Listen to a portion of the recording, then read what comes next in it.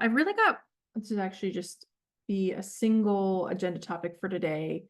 Technically, I guess if we've got a little bit of time, we can talk about, we didn't really get a chance to talk about it last time on the profiling call, but like a contributors section of the guide. But I think we're going to spend most of our time today probably just getting into the meat of establishing a process for deprecating or withdrawing or noting content for removal in future releases. So this is something that has been on kind of the topic on the profiling stream for the last couple of sessions.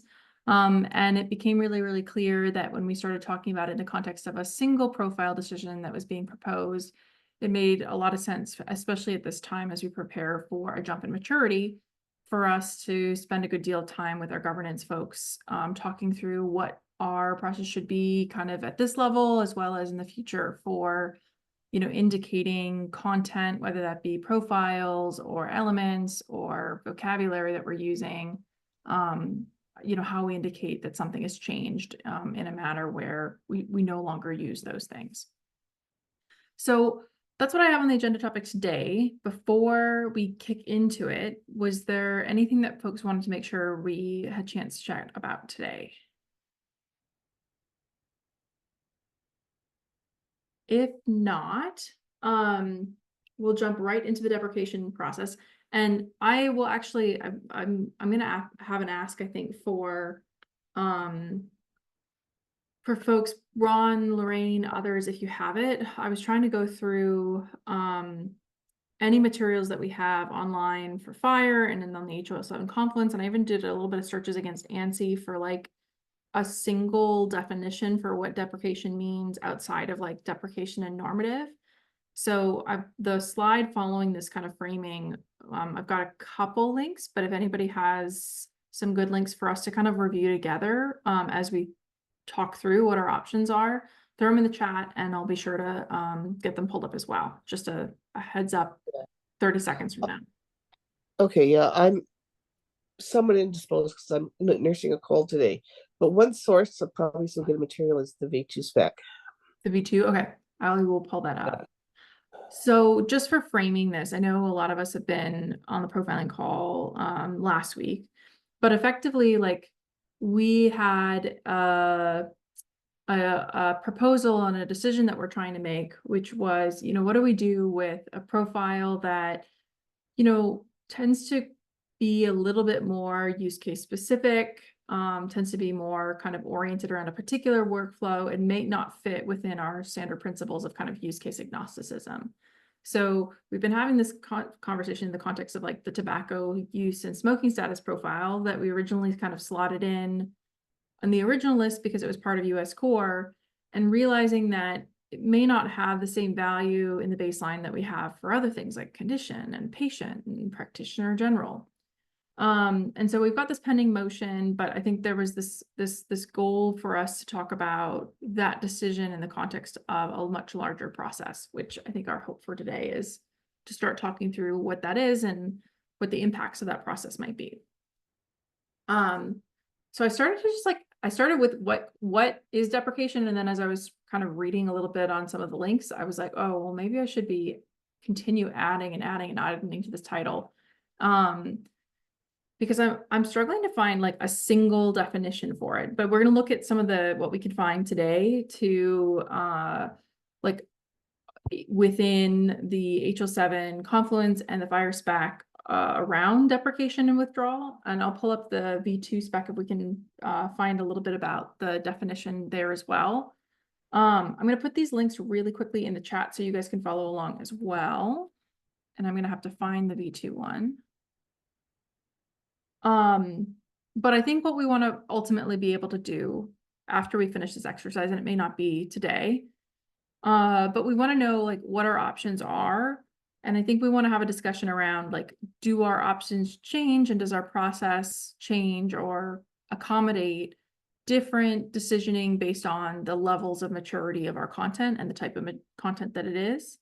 And then I think it makes sense to kind of, before we put a process into stone, have discussions around what the risks and the benefits are for each option, particularly to like with the context in which a lot of folks are implementing the baseline informing this, because, you know, a specification that is directly over like an implementation of an asset may have a different set of risks and benefits if you were to deprecate content within it than something that is a little bit more abstract, like a national base.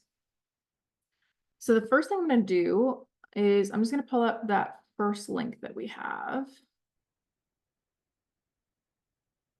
By the way, I have found some stuff from 2022 on deprecation in version 2.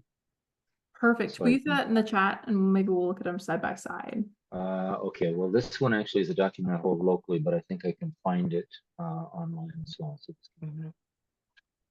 All right. So the first one I did, so we'll take a look at the one that we've got in FHIR right now. It's in versioning. And why that's must be right below this one.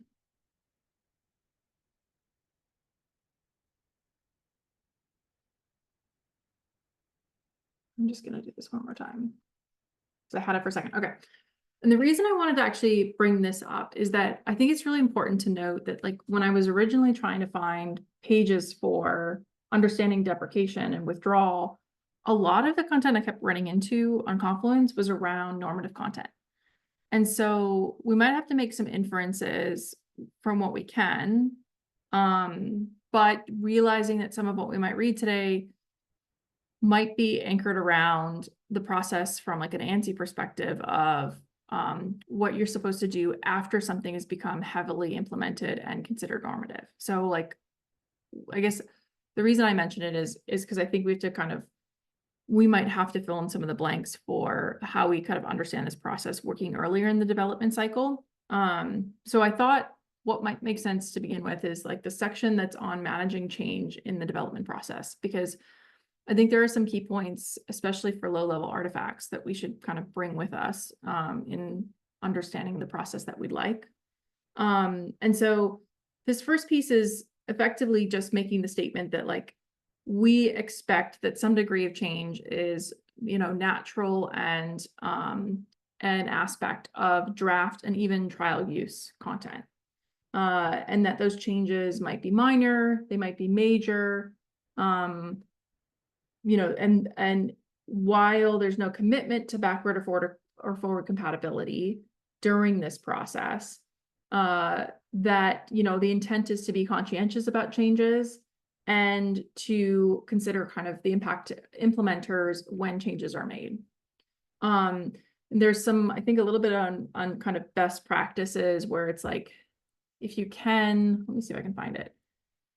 So implementers, so early adopters who are willing to accept the risk of change, leveraging FHIR, encouraged to implement those parts of early maturity cycle in real world systems, but be aware that adaptations might be necessary. During the trial, requests may be submitted. Hold on, let me just see. There was one other piece that was here that I thought was helpful, because I thought it was like it was basically saying the goal should be, you know, if you're capable of maintaining backwards compatibility, you know, try for that, but it actually might be a little bit higher up. Let's see. Well, the other related thing is that for FHIR, anything FMM level 4 and up, you're supposed to consult the implementation community for breaking changes.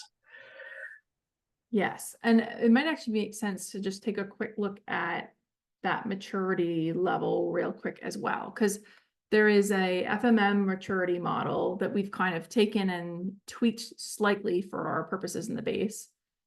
But when we're talking about kind of draft and trial use, we're still very much in these kind of early 0, 1, 2, and a little bit into 3 phases of maturity, right? And so this is more around the process of how do you know where your guide is? But I think we've been using it to also identify and communicate to our implementers or our fellow authors, I should say, you know, the degree in which the content it has been reviewed, exposed, refined, and is still very much in this kind of draft trial use phase. And so Lorraine, you were referring to FML level 4, which, you know, once you have gotten to this point where not only have you exposed it and been able to test your implementation guide or your profiles in a bunch of different systems in a testing environment, maybe you've validated, once you get to the point where you've kind of established the stability of your specification, the impact of change becomes much more significant, right? Because as folks see that the level goes up, they're more likely to incorporate it into their products and therefore more likely to be impacted by significant changes. So I think the piece where you were, so require implemental consultation for subsequent non-compatible changes. So these things kind of get like staggered and introduced over time as the maturity level goes up. Let me see. Yeah, I'm not aware yet of any deprecations in the current FHIR core spec, although OO is considering deprecating a field in specimen for R6. We haven't fully decided, but that's on the table. But I don't know if anybody else has any deprecations in FHIR to date. US core is got In US core, maybe I was talking about the core spec, yeah. the US base core. spec. Well, I don't do count extension registry in with that now. Yeah, 'Cause I we was know that gonna some things. mention that. Sorry, go ahead. No, that was just echoing that, is that like some things in the extension registry have been deprecated. Which is interesting, actually. Let's take a look at, because I think part of the thing I've been struggling to understand is whether or not this idea of deprecation and like having to identify and maintain the deprecated content in your implementation guide for a period of time is dependent on the maturity level. And that's the part where I'm like, I'm not totally clear on, but a look at the extension registry might be able to provide us some insight into how it's happened in the past across a couple different maturity levels. So let me put this in the chat. So a few things in the extension registry were deprecated in text, but didn't have the tag applied. But let's just look at where it's been applied to date. So most of these are FMM, that's an FMM1. Okay. So this is one that received the tag. Let's see when the change occurred.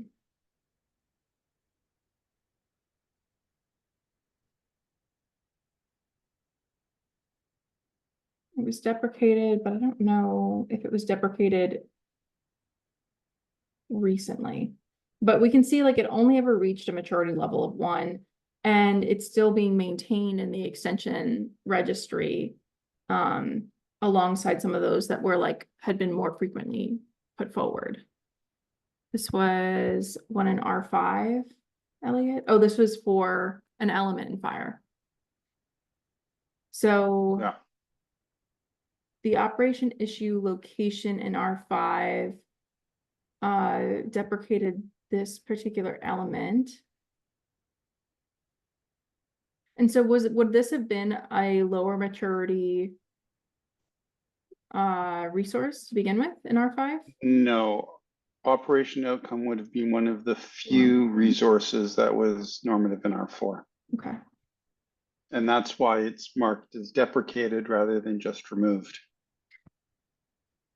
So how would we know, other than like, I think a handful of examples that we have in the extension registry, which also there's a consideration that like, these are artifacts that around the world people are using. How do we know or get at the answer of does level impact whether or not you have to flag it and keep it in your spec for a certain period of time? Well, because I think one of the reason why you flag it and keep it in your spec is to allow implementations and users of the structure to have time to adapt and adjust. But because HL7 traditionally has never made a commitment to backwards compatibility for the lower maturity work, you don't see it popping in until you see stuff that's of higher maturity. which is why, like the extension registry, yes, I missed the fact that there's some deprecated in there, but it's also why, from an R4 point of view, there's not much deprecation suggested because there's only a handful of resources that are normative in R4, and only a few that are above FM level 4, even if they're not normative. Do we know of any like low level resource changes that like this went through and didn't have, like, it was removed and never had a deprecation flag? Well, we certainly had resource proposals that were created, and we never finished the resources because it didn't make sense. There were resources that were removed. Yeah, so resources were removed for sure. And there were changes like moving animal to an extension from person in between STU3 and R4. But that wasn't deprecated. That change just happened. Because nothing was normative at that point. Correct. Now, and the reason I picked up the V2 definitions is because V2 is all normative, which is why they have very specific deprecation rules. I think you have to keep something that you deprecated for at least 2 cycles after you deprecate it. I think I'd have to look it up. It's been a while, but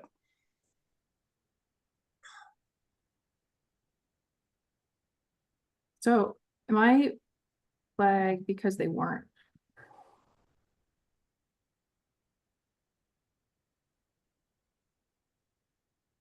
All right, so V2 is kind of still TBD, but I think what that basically says is like we kind of have a little bit of like a mixed precedence where like right now the extension registry is one of the only places that we're seeing from the base deprecation and like clear notation and continuance of that artifact is occurring in things that are lower level maturity.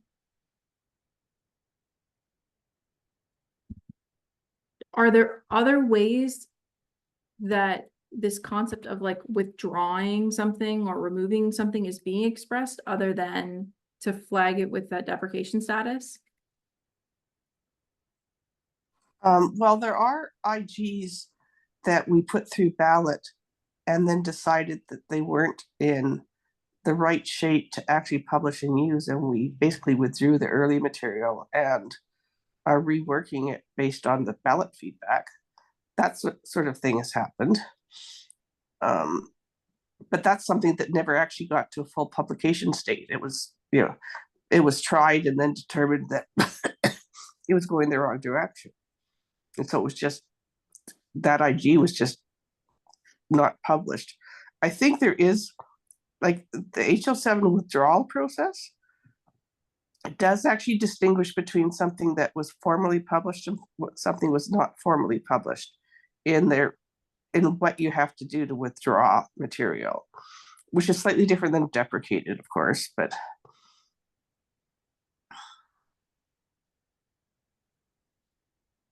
On Lorraine's point, the only thing I've been able to find the version 2.9.1 HL7 specification from September 2022. It And should be in unfortunately, chapter 2. yeah, it is exactly where it is in chapter 2, which is control. And I can't give you the link to it because it's buried inside a zip file, which is on the ballot desktop. And I tried to find it, reference it other places, but I'm just not as facile to be able to Probably do it. the fastest way would be to look at the V29 plus material, which is web-based. Where would I find that, Lorraine? Because I haven't been able to. That's a good question. It was balloted recently. I'm nowhere near my computer. I'm basically sitting in bed right now. So there we go. Hold on. It's going to be under chapter 2. Yeah. And it's 2.9.1 is what I'm looking at. Yeah. So again, I did this search. And so I mean, I can show you what I've got. I've got a PDF, which I can make available to people. I think, yeah, even if we can just summarize kind of like if the statement. Well, yeah, here, so I'll tell you what, if I can present, I'll just put up Yeah. what I've got here and then we can take a look through it. Thank you. Let's see, share and Right, to make you. Oh, nope, go ahead. okay. Can they, what are you looking at? Are you seeing my? We're seeing page 25.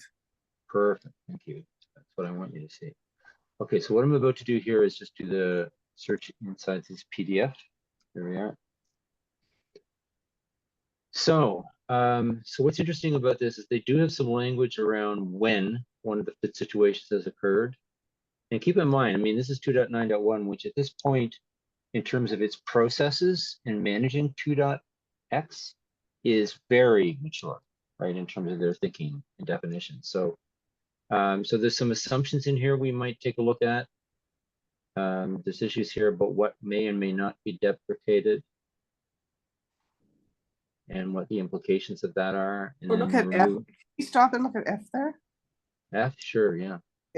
May be deprecated by HL7. Before deprecating a field, this shall ensure that all message structures that use that field have an appropriate non-deprecated location to move the data. And implementers may be. So it's saying that if you're going to get rid of something, you have to know what the solution is for that thing going forward. I think that makes sense for like a structural standard where, Yes. but I think for a profile, I don't know if the same, like the philosophy holds in the same way. I understand what you're saying there. Let me just go Yeah, back up I here a think little it bit. certainly it does for FHIR elements, but for a Yeah. profile of an element, that's almost like saying you're deprecating a message or a specific message type. Or an Yeah, interface. Yes, so for instance, the deprecating of the role segment and replacing it with PRT, the participation segment, is something that took, I don't know, Elliot, how many cycles did that take? And it's probably not all the way out of the spec yet. That's not something I've been following, so I don't know. Yeah, but because they went from using the role segment to something that modeled more like V3 participations and made those changes all through the spec. So that's deprecating a segment is a little closer to a profile, but not exactly. A message is closer in V2 to a profile than a segment is. okay, that's good to know, because I mean, that's what was my concern, because what we are looking at here is message or message consistency. Right, so anyway, I don't know if this provides any elaboration, but what I can do is I can just post the PDF that we can point to, or this in version 2 at least. But I appreciate what you're saying. Yeah, it does say when you can just immediately remove it without deprecating in 2.7.4. Yeah.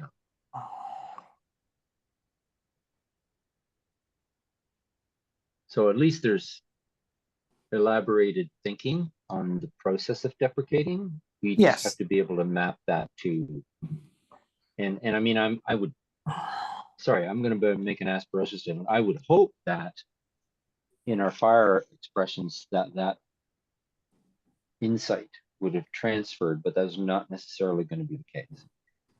Yeah, I mean, there was a lot of thinking put into this over the years. Oh, that's what I mean. That's why I think this is apart from FHIR, this is as authoritative as we're going to get. I think one of the key takeaways here is that if you're deprecating or removing something, you need to have a solution to solve the problem in whatever you think is the appropriate way. Mm-hmm. And so if I take it back to our smoking status observation, and the fact that we're saying that the smoking status is anticipated to be part of Core Plus based on the data framework, that we're thinking it's too specific to be in the baseline. And in that way, we're saying, well, don't do it this way, but use this other profile.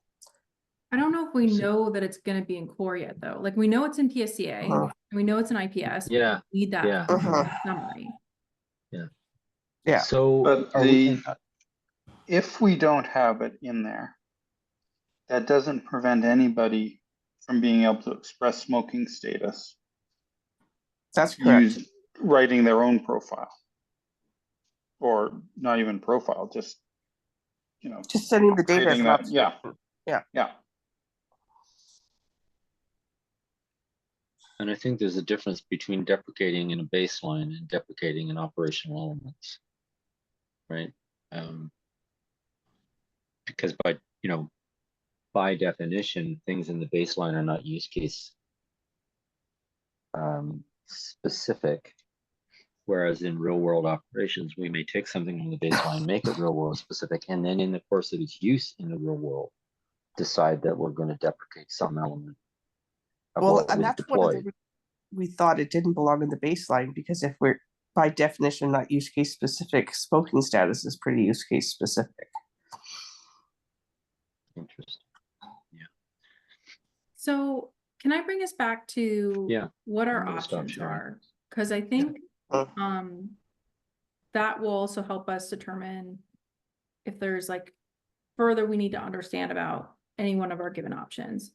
So I know deprecated status exists. Is withdrawal distinct? Is withdrawal just like, Withdrawal is usually done at the specification or IG level, okay, as opposed to the individual profile. Once something has been published formally as a standard. Oh, well, here's some language. Just let me read it to you. I'm still looking at my V2. A deprecated field in the existing segment shall not be removed from the standard. In other words, it's just marked as deprecated. But then it says, however, no sooner than after 2 versions in a deprecated state, the field will be marked as withdrawn and all explanatory narrative will be removed. Yes, that's the V2 approach. I was using the withdrawal form, the HL7 standard status definition. Yeah, exactly. Yeah. So Yeah. this is the V2 approach. So, hang on. Okay. Yeah. are there So other things like I saw obsolescence is a term that like wasn't standardized, but like are there other I've not seen it in the HL7 context, but that doesn't mean it's No, not. I mean, so sure, just for your benefit, I mean, Lorraine and I can speak from our many years on the architecture review committee, where a lot of these kinds of concept of definition, et cetera, we would talk through and refine when there was some ambiguity. That was one of our roles. And deprecation and withdrawal definitely were things that were developed at that level. The idea of obsoleting something or as obsolete is not a formal term as far as I know it from an HSF perspective. I think the closest idea to obsolescence would be when obsolescence, sorry, it's like exam, I'm stuffed up today, is when we publish a standard that supersedes the previous version of the standard. Yes. And therefore that previous version is not considered a current standard anymore. And that would be the closest thing we have to obsolescence. One of our options, depending upon the maturity level, is just to simply remove the item. That is an option, right?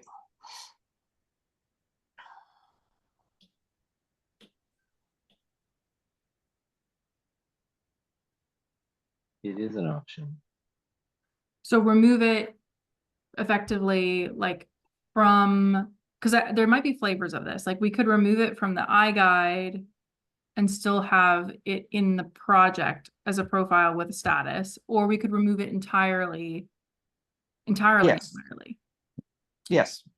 And And one of those is closer to deprecation and the other one is closer to withdrawal. So now, that's correct.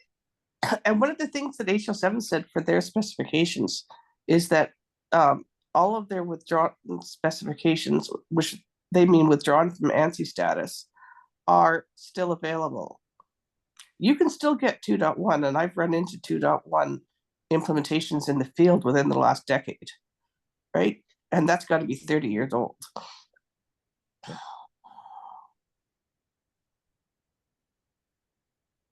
Well, I guess all I can say is that however we land on this in terms of the mechanics, we need to be really explicit about the rationale, why we would declare it that, and then what the consequences of declaring it that are. And I mean, for me, deprecation means no longer in use, but not withdrawn, meaning you shouldn't choose it if you're building a new thing.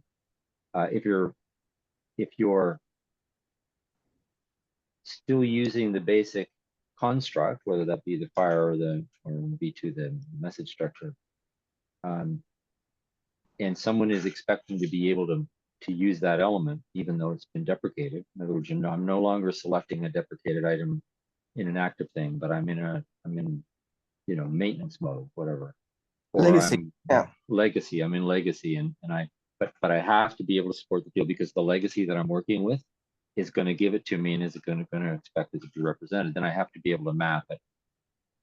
But at the same time, the concept of deprecation to me was always, we know there's history, we know there's stuff out there, we know there's legacy out there, but because we know there's a better alternative than this, or we feel it's a better alternative, that's what you should use. You should not use the deprecated element, but we're not telling you you can't use it or that it comes out of the specification. That's, yeah, and in my mind, the difference. We're fairly early in this process in terms of the Canadian specifications. Yeah, exactly. We haven't yet formally published the baseline. Like, we've sent it out for review, the equivalent of ballot things, but we haven't formally said this is the baseline specification publication for the IG yet. We're using it like we have, but we haven't done that yet. And a lot of these things kick in once, these considerations kick in once something has been formally published, I think. Yes. Even if it wasn't necessarily normative, if we formally published the STU content, that's not quite as heavy a burden as formally publishing something normative. But basically, with how we're treating STU content these days, yeah, getting past a formal publication is one of the criteria. In fact, it is one of the steps in the flow chart that describes what you have to do to withdraw something. If something's never formally published, you don't actually have to do very much but get rid of it in HL7.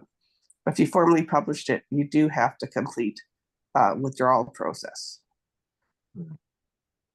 So we're saying like 2.0, when we go to put that out for ballot, that would be considered like formally published after the resolution? Yes. Although we need to define what we mean by that. Let's Published. do that. Yeah. I think that's a very good idea. So a major version that has gone to ballot and been reconciled? I don't know why you're putting major version in there. Let's say, so we're saying iGuide, profiles. Yep. Okay. If they've gone through the balloting process and all things have been reconciled and they have passed, the presumption is we will publish them. Yes. And in H7 draws a line between, okay, we're finished the reconciliation, but now we're going to publish for them. And of course, this is ANSI really is also requiring the distinction is, okay, now it's formally declared.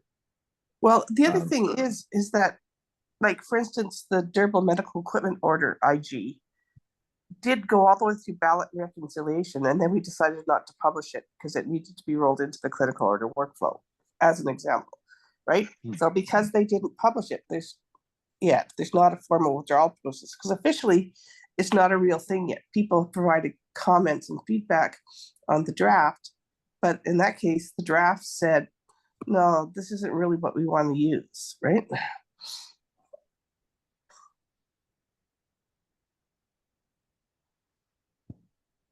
That's unusual though, wouldn't it be? Yeah. Relatively unusual, although I could think of a handful of times that's happened over the last decade. Okay. For instance, the semi-logical model was never published. That would also kind of describe the tobacco profile we were talking about in the first place. Yes, it would. That's sort of. And so do we think that, like, if we're thinking about this as it should maturity level at all, is the idea that it isn't necessarily by like level 3 versus level 4, but like maybe the two processes that we have, one is prior to being published and one is after being published.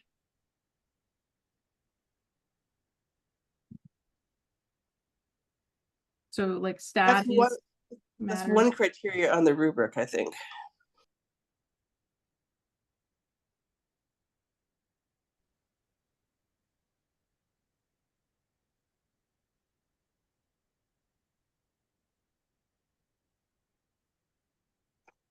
And when we say publish or not, we don't mean like, okay, so like, let's say state baseline goes to ballot, is reconciled, is published. If we were to then, so let's say that's 2.0.0. Mhm. If we were to then, let's say, introduce a new profile, but that profile was introduced after 2.0.0, then even though 2.0 has been published, would we be considering our choice against whether or not the content that we're considering for deprecation has gone through a publish cycle? No, I would say if we have a new profile that's not in 2.0, that new profile is not published until we do another ballot cycle that includes it. Okay. And Yes, includes it as something that we are intending to be normative, Yeah, I agree. right? Because like we're going through a FHIR release 5 didn't change the normative status of any resources. It went through a whole ballot cycle, but there was nothing new that was normative in R5. So anything that was introduced between R4 and R5 could just be removed right now. Got it. Okay. Well, or yeah, Well, yeah, it would be removed as of release 6, right? yeah, yeah. And certainly, I'm pretty sure US Core has done some of those kinds of things, along with the extension registry, where they started with something and then they published it and then they said this isn't working and they pulled it.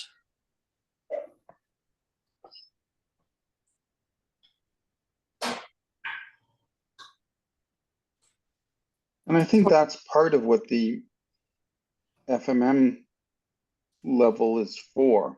It is, and I is think to be able, to be able Yeah. to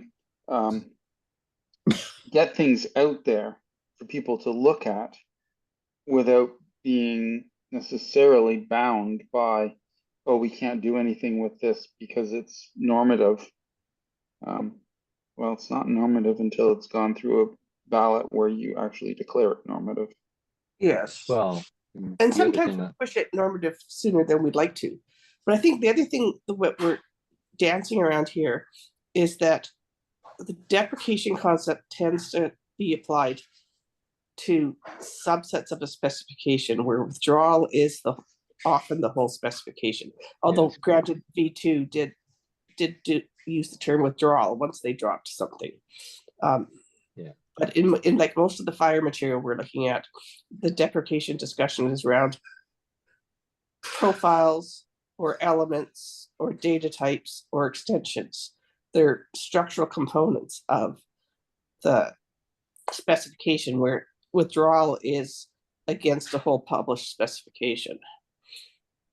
Well, I think the other difference is that deprecation leaves the content in the spec, Yes, but marks it as yes. no longer preferred. Yes, Withdrawal removes it from the spec. correct. That's correct.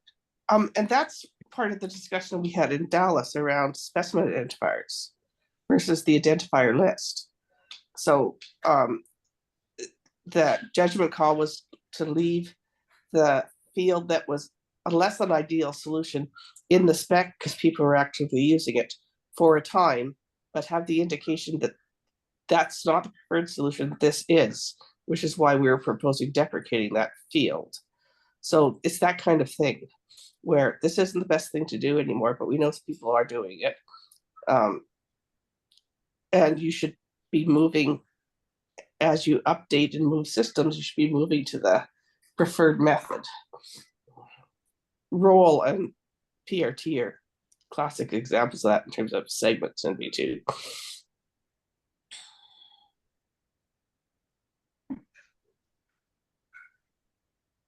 And so I have to imagine, even if we remove an item or a profile entirely, that like for, what is it, like a period of time, we have to like indicate it in the change log? Like we have to indicate that something was removed?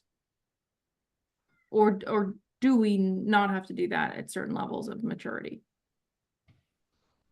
Well, for instance, the R3, the STU3 to R4 changelog does document the demotion of animal from the patient resource down to an extension, as an example. So that change was documented. So we have more than one tool. We have changelogs, we have the status values, and then we have the status of the publications themselves. And through an FMM levels as, you know, the other tool in the mix to express exactly what we want.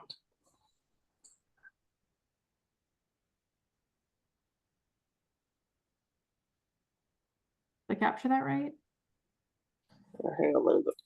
So mechanisms, like we've been talking about deprecation, withdrawal, and removal, but each of them has kind of its own. Well, at least these have their own two mechanisms. One is the deprecation status, and then the other one to be like a status of the publication. But realistically, all three of them would likely be reflected. Well, at least this one and this one would be on the change log.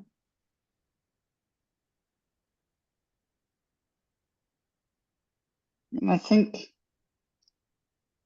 They should putting all be. something in the change log, you know, if we've got a practice that whatever a change is, it stays in the change log for 2 releases, or the change log is always entirely cumulative, and you know, it's got the list of all the changes in it.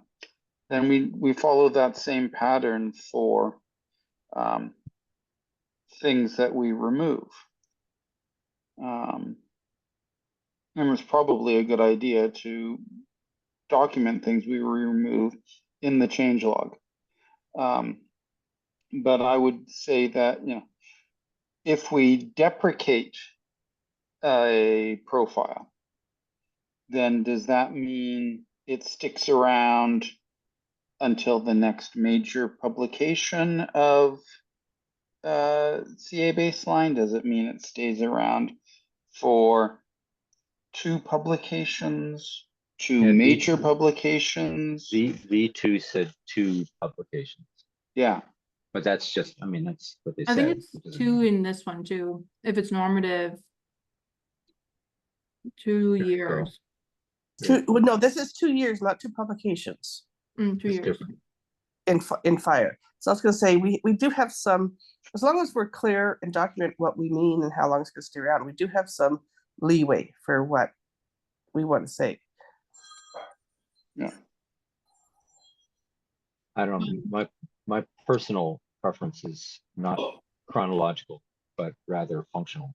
So I'm presuming that if you have, you know, you 2 iterations beyond, that's when you're probably safe. Just to say it's 2 years, you know, maybe it's stable. I don't know. So what do we think? And so if we've got one that says 2 years and one that says 2 cycles, I mean, it's within our power in the baseline to say, if we do deprecate something in the future, we think it should be 2x. What do we think that x should be? Which one is longer? My guess is 2 cycles, if we're using our cycles. Yeah, definitely would be more, I would say, because things, you don't see that rapid turnover. I would say cycles, because if you say 2 years and you don't have a new version released in that time Then- span, you have to update the Yeah. existing one to take it out, and all of a sudden it's easier with Yes, version. just for that purpose, you have to update the existing one. So Yeah, me Better. think to put whichever is a longer time. may think Yeah, about. Randy, do you mean 2 published versions? Because that's slightly different than 2 cycles. Yeah, And I'm happy with either of those. I think 2 published versions is fine too. And that would be longer than cycles. Mm-hmm. So yes. I think, Thomas, that would be be. what yeah. you're hoping for if you're looking for the longest of the 3. Yeah. Yeah. And I also think about just the discussion about different status and maturity level also play a very critical role regarding the deprecation, withdrawal, and obsolescence, this process. And if you go back to the page, it shows draft actually doesn't follow this the process we're talking about, the draft. This, which one? The FMM? Yeah, not FMA, just the pages you're talking about. You posted the draft one, and it's very clear picture show at your own risk. The general draft status there. This Yeah. one? I think so. There's another higher level on top of FM 1 to 6. There's a code, whatever I call it. Mature, normative, informational, and draft, and which is the another a higher category regarding on top of that one. If you look at that, the I think that was document. maybe in the so this draft RSU, this one, right? Yeah, but it does provide a detailed description about what means draft Yes. in that. Yeah, it's an overlay on top of the individual artifacts, FMN level. And because FHIR has, since R4, been a mixed normative and STU specification. We didn't have very many of those mixed specifications before. But my personal feeling is that anything below FMM3, we can just withdraw it. Let's just take it right out of the spec if we don't think it's right. I may share some my perception regarding this discussion, might not from technical perspective, but just from a user or real business perspective. My understanding, the standards more like contract between the users and the IG custodians owners. Once the most important here, we talk about including and excluding here, especially when we try to exclude something, we need to go to the path. The bottom line is we would like to operate all those, deemed the right process without shake the user's confidence of this adaptation of our FHIR IG. This is the bottom line. In that manner, I do agree to the discussion about what's the terminology, what's the description is very important. But however, I think we also uncovered, or Laurie mentioned, how we handle those situations is critical. It's not just 0-1, it's the journey, it's critical. As I said, the example, we would like to close the door, but we will give you open another window so you can move forward with that to minimize any impact, especially negative impact of your business. And still hope you hold the confidence of this IG and still wish you be the adopter of our IG down the road. That's just my thought. The real from business perspective about this process. So were you tying that to like when you get to FMM3, that's when you really, if you start making these types of changes, you're going to start impacting this user, like that's where this becomes much more of a significant concern? Well, I would say, language is a language. They always go through the human's mind, understanding, interpret it, and then go through the human's feeling, try to reflect those information and give it some feedback in a manner. If we stick with this FM3, draft the definition, we say, okay, it's just said, okay, at your own risk. If we stick with those term phrase, okay, well, we will deprecate all those, under FM3 because we follow the rule of the FHIR standard or HR7 standard. But thinking from the business side, if there's kind of, how to say, brave adopter take all those resources in the baseline and below FMM3, now we deprecate it suddenly, just like shut off the door. Then what do you think about if you were put in that position? What's your thought about this piece of IG? That's my thought. So we think that in other people's shoes, especially adopters, their shoes, we may think give them kind of long term. That's why I said it. We all those go to this investigation process. Okay, we give it 2 years. The reason why I go that extremely long period, just say, okay, please, we will find a way help you to go through the journey. So I saw Randy press up. I just stop here. Thank you. Yeah, I would just suggest that all of that stuff really is only going to apply once you get substantially through, because Yeah, if some vendors implementing an FM1 level spec, they're kind of crazy for doing that. At that level, you should just be reading it and say, does this make sense? Not building something to use it. Right? And that's one of the problems that FHIR ran into is people just started using it before and that's your everything was risk. baked. Yeah. That's your risk you're taking if you grab it at that level. I mean, you can do that with anything at the first sign, start building on it.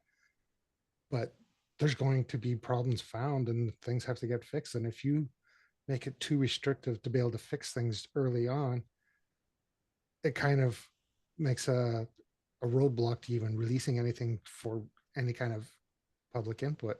Because if making it so people can look at it at those early stages means you're forced into doing this onerous deprecation withdrawal process rather than just say, this was a bad piece, let's get rid of it, really is going to hinder development in the first place of the standards.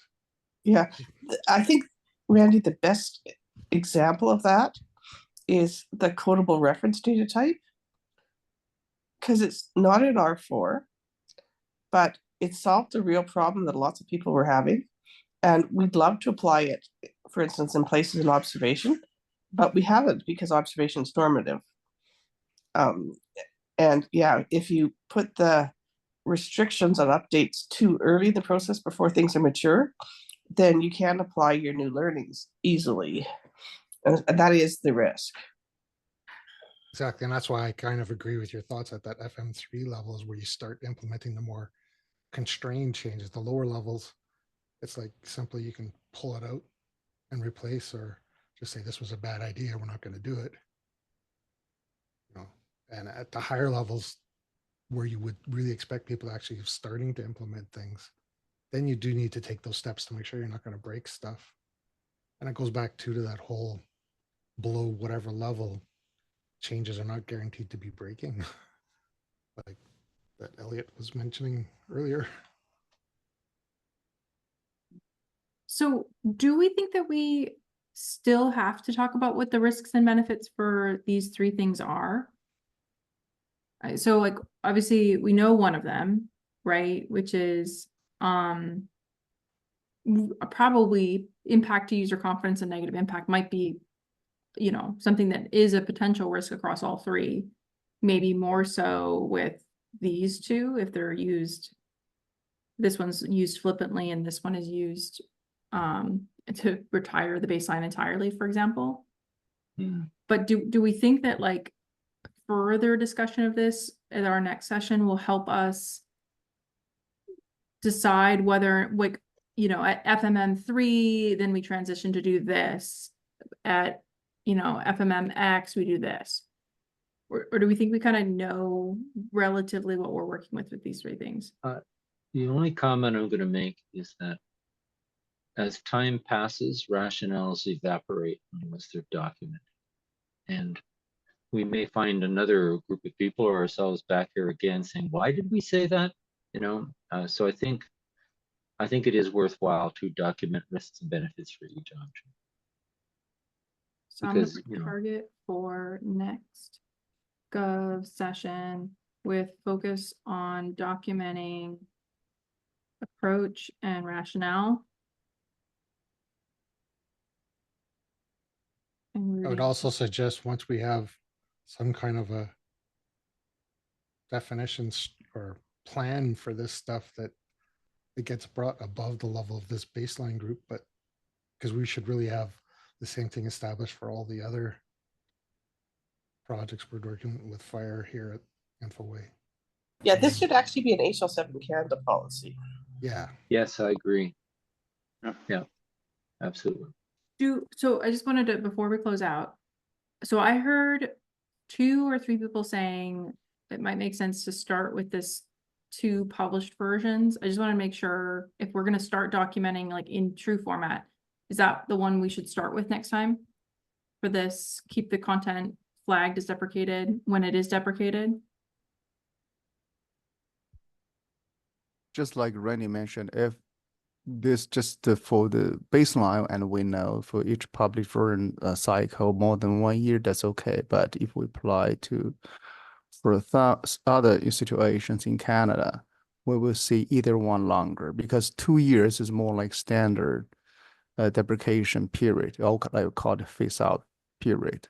Not only apply here, but also for the OID, for any terminology, they'll go to this kind of called it empirical magic number. So Personally, I wouldn't use the 2 years in there. I would just stick with the versions. Yeah, and I'd actually do change it a little bit to say 2 publications, and it only comes out on a major update, on a major version. So Well, if you do 3 minor versions, it stays in for all 3 minor versions. It doesn't come out until the next major.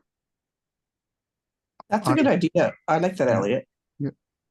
well, I don't know how this major minor could change the difference. I maybe, I do not have those experience regarding if we go to the US Tiger, those project, they might fit in a very short time. They go to major version changes, day to day, month by month, but not applied in Canada. But also, I do believe the timing always a kind of a universal standard on the planet. We could follow every human sapien here, follow the years where we talk about the major minor publication release versus the timing, which is more standard. Just to be clear here, what do we mean by a major version change? Good point. So the difference between going from 1.1 to 2.0. So I would Changing from a 1, the first digit, the first element of the version, incrementing is I a think major that- version. then I'd say that's probably too high level. I'd like it, but 1.1 to 1.2 would have level, not 1.1.1, but 1.2. Because if you go to that 2 point whatever, that's going to be frequently much more than 2 years that's sitting around in that state. Yeah. You're going to be, I mean, how long did it take us to get from version 4 to version 6 on the core or on the HL7 international one? So my logic is that if we look at the definitions of semantic versioning, a major update, a major version update, says they're breaking changes here. And the removal of a profile, in my mind, is a breaking change, or the removal of any resource is a breaking change. So a minor is, here's an addition, here's something, an improvement, but it's all backwards compatible within that version. So that's why I think waiting for a major change to remove content. We can at any point mark content as deprecated and say we're not recommending we do this anymore. And I guess you could put the note in saying this will be withdrawn with version 3. Exactly. I'm still going to mark it because I think that makes sense for us to kind of flesh this out and just confirm on our next call, like, hey, does this make sense, talking about the removal as a breaking change? So we've got these two places where I think we're going to pick up for the next session. I think we have a good skeleton to start working off of. I feel like I see a lot of things that we can just translate directly into. This is a documented process. We just want to beef up and make sure we have the documentation around the rationale. Yep. All right, so I will see some of you next Friday, but we will continue on the conversation from the governance perspective.